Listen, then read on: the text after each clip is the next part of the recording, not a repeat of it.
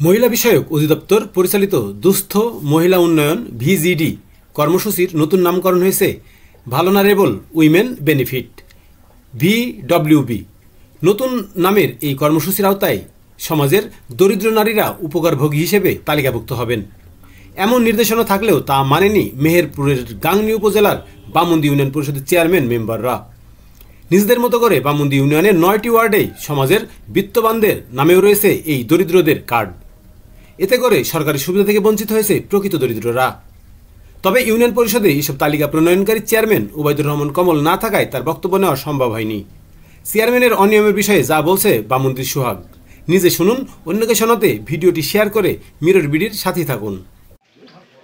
বামুন্দি ইউনিয়নের হতদরিদ্র যে ভিডব্লিউডি চাল আজকে দিচ্ছে, আমরা সরজমিনে এসে দেখলাম যে আপনার 30 কেজি চাউল বিনামূল্যে সরকার দিয়েছিল হতদরিদ্র দেওয়ার জন্য, কিন্তু এখানে বামুন্দি ইউনিয়নে 106 জনকে দেওয়ার কথা, মাত্র 15 থেকে 16 জন হতদরিদ্র আমরা পাচ্ছি।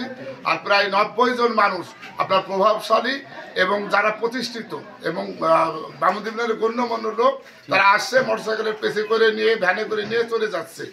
এটা আমরা সবাই মিলে চাচ্ছি যে এটা অতি সত্বর বাতিল করা হোক।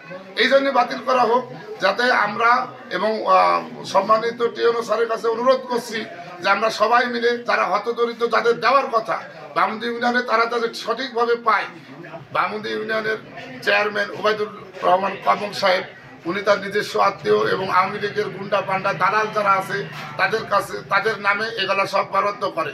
শুধু তাই নয়, যে যারা মেম্বার আছে আওয়ামী লীগের, তাদের পরিবারের 3 জন 4 জন সদস্যর নামে এই কার্ড তুলে নিয়েছে।